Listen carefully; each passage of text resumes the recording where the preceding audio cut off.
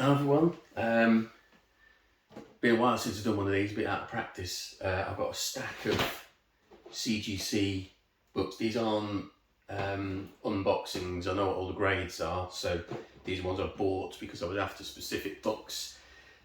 Loads of Valiant. You know, I'm well into my Valiant if you follow my channel at all. I guess I'm just going to dive in, right? So no messing about. So first one up. See what we've got here. This is XO Man of War number 4. Beautiful book. Barry Windsor-Smith cover. Completely amazing. I love Barry Windsor-Smith's book artwork. This is the reason this is a key. It's a pre-Unity Valiant book, which is ones I really go for because that was before Valiant really took off and the print runs went crazy.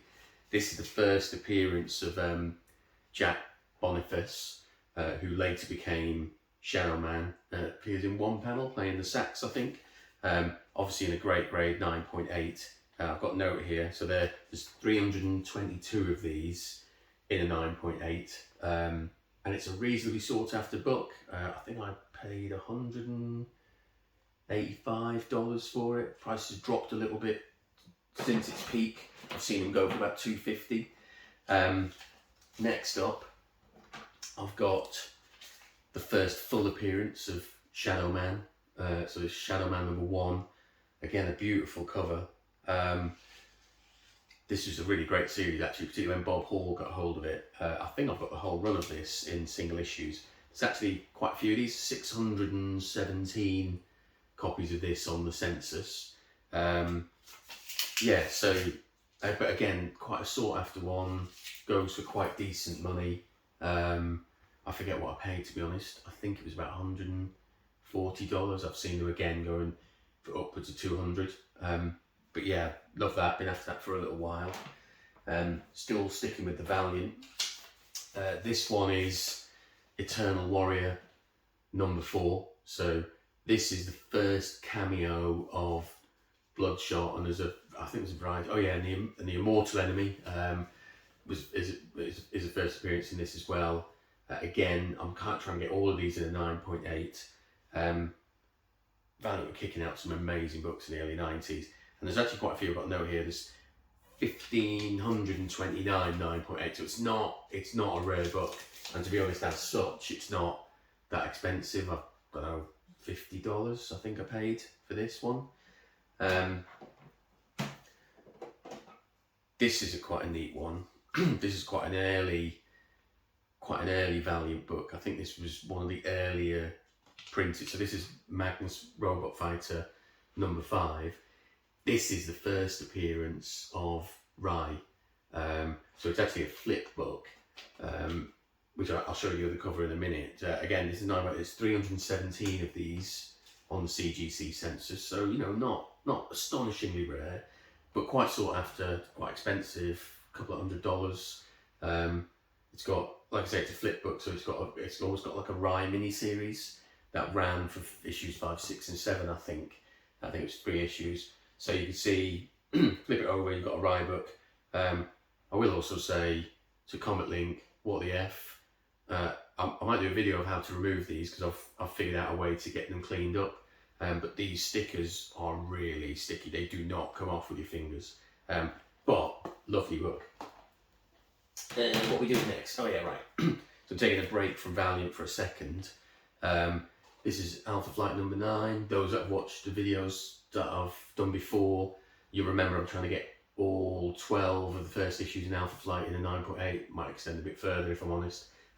Now, not a particularly big key. It's a super scroll story. Brilliant artwork as always by John Byrne. Really interesting story, you know, especially for its time. Beautiful covers these. There's actually only 48 of these on the census. 48 in a TGC 9.8. You can see the black cover. It's a tough one to get in a 9.8 because there's a lot of black in that. So really good. Oh, another non-Valiant one. So let's get that out of the way. What's that? Yeah. So I'm starting to buy things that I really enjoyed when I was first starting out collecting and stuff that I've read over the years. I've said already I'm a massive fan of Barry Windsor-Smith. Beautiful, beautiful artwork on this mini series. It's a kind of disassembled head that becomes the full head of Machine Man as each issue goes by. I think there's 4 issues. First appearance of Iron Man 2020, for what it's worth. Can you believe we're in 2022? Seems like a long time ago when I was reading this, in 1984? Iron Man 2020 seemed like a long, long time ago, but just look at that. Incredible. And there are only 46 of those. 46 of those in a 9.8 on the CGZ census. So, really, really nice. What are we doing now? Alright, doing some more Valiant. Hang on. Right. I've got a few more. So, when Valiant really kicked off in 91, 92, one of the things they were really good at, apart from putting out actually quite good quality books for the time, there's really strong marketing campaigns. And one of the things they did is they incentivized retailers to do their own marketing campaigns, and then they rewarded retailers with their gold program for over a variety of books. So I've got one of these here. It's actually a platinum. So they had, this is I'll just make your notes there, right? So this is a copy of Unity 1, which is quite, it had a big print run in its original form. They gave this as an incentive to retailers who had a diamond account and had ordered standard copies of Unity 1, but they only did 1 per store, I think. There's actually only 163 of these on the CGC census. So this is the platinum one. There's also a gold one, which I haven't got yet, which has a slightly higher print run, the gold one. This platinum one, print run's about 5,000 to 7,500 copies. So it's not really rare, but there aren't loads of them in 9.8, 163, like I said. And again, they're just, the marketing on the books is just like, that ad's just so cool. You'll recognise that it's part of the cover of Rise Zero. They just knew what they were doing. And that's just really nice platinum logo, if you can see that. Right, and then we get on to probably the more, well, these are the earliest gold editions. So I've just got my note there I'll say it first so I can concentrate. So this is the 64 copies of this on the CGC census at a 9.6. I'm not actually sure. It's about the same at a 9.8. I think I didn't check. A 9.8 of this is nuts. It's about $1,000, $800, something like that. If you're lucky, 600. So this is the gold edition of Archer and Armstrong Zero, and that's done under that same marketing incentive program. What they did with this one, there's 5,000 copies of this one printed, and they gave it to retailers for innovative marketing campaigns, however they described innovative at the time. So these were all given as a bit of a reward. So yeah, there's not loads of these kicking around. 5,000 print run back then. I don't know, it's probably a 1 in 30, 1 in 40 type variant. So yeah, really nice, not a cheap book. Although, sorry, in the 9.6, I apologise, 9.8 to those sorts of money. So in 9.6 I paid a bit less than $200. I think there's a massive drop off between a 9.8 and 9.6. I didn't think I could justify getting a 9.8. So I've kind of thought, well, I'll get these in a 9.6 because it's just a more sensible, getting old, more sensible way of doing it. So still pleased with it. Really nice, presents really amazing. And we all know there's nothing between a 9.6 and a 9.8, right? What have we got left? I've got one more. So still in the gold program, bit more of a story around this. So I'll start with how many there are, because then I can just sort of concentrate on the other stuff.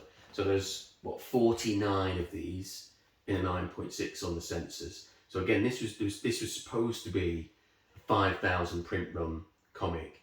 When it was released, the retailers mistakenly thought it was just a second print, and so some of them got sold just as kind of $2.25. They actually then about 1,000 copies got destroyed by Valiant because of the mistake with the retailers, because all retailers didn't get their 5,000 copies because there was a bit of a kerfuffle around the print run. So they then released a a new gold version, which is actually an embossed gold title cover. So I haven't got that one yet. So this is the flat gold version of Eternal Warrior, which is much rarer. There's probably about 2,500 copies of these around. Really difficult to get in a 9.8, very condition sensitive. Silly money again for 9.8.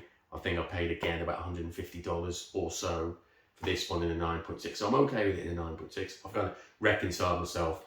I'm not getting a 9.8. So obviously my next target is to get an embossed one. So I've got the set then basically. And yeah, so, and I'm trying to decide, do I keep going and get the other gold variants, or do I stick with these early pre-Unity ones? So not sure, probably will end up buying them, but yeah, beautiful books. Great Frank Miller cover actually on that one. And actually Armstrong's got an amazing Barry Windsor Smith cover. So Valiant really had some top tier artists and writers working on their books when this stuff came out. So really pleased with that. Very nice. I think this is the rarest gold incentive Valiant book. This is the flat gold Eternal Warrior one. Yeah, and I got through that quicker than I thought actually. So I hope that was all right. I hope you enjoyed it. You know me, always going on about Valiant. I think I've got some more on the way, which will probably be a bit more Valiant. Maybe I'll start branching out into something else. But thanks for watching. If you liked it, love to hear the comments. Give me a subscribe. Yeah, brilliant. That's a lot. Appreciate your time. Cheers all. Take care.